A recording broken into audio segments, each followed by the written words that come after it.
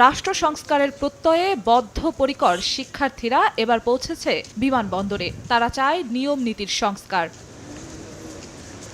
বিমানবন্দরের অনিয়ম দুর্নীতি দূর করে রেমিটেন্স যোদ্ধাদের হয়রানি বন্ধের দাবিতে বুধবার ৯টি সমস্যা চিহ্নিত করে বিমানবন্দর কর্তৃপক্ষের সঙ্গে আলোচনায় বসেন শিক্ষার্থীরা।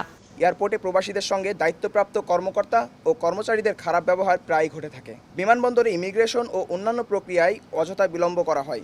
সমস্যা চিহ্নিত করে তুলে ধরেন প্রবাসীদের সঙ্গে ভালো ব্যবহার করা, লাগেজ নিয়ে হয়রানি দূর করা থেকে শুরু করে পুরো বিমানবন্দর এলাকায় ওয়াইফাই সেবা নিশ্চিত করা সহ বেশ কিছু সুপারিশ।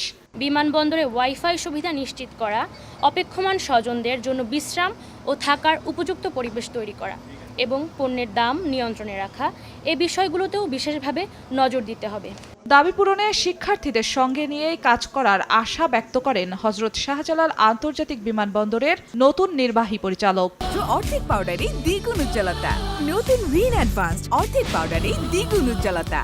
আমরা প্রত্যেকটি পয়েন্ট নিয়ে তাদের কাছে আমাদের যে কাজগুলো আমরা করছি এবং ভবিষ্যতে আরও করব সে ব্যাপারে আমরা তাদের কাছে এক্সপ্লেন করেছি। প্রশিক্ষণ ব্যবস্থা, মনিটরিং সিস্টেম, টাস্কফোর্স গঠনের মাধ্যমে প্রত্যেকটি সংস্থার সাথে সমন্বয় করে যে কাজগুলো করা আমরা প্রত্যেকটি তাদেরকে অবহিত করেছি। এছাড়া বাংলাদেশ এয়ারলাইন্সের মান উন্নয়ন নিয়ে কাজ করারও আহ্বান জানান শিক্ষার্থীরা। জিন্নাতারা জশোয়া, সময় সংবাদ, ঢাকা।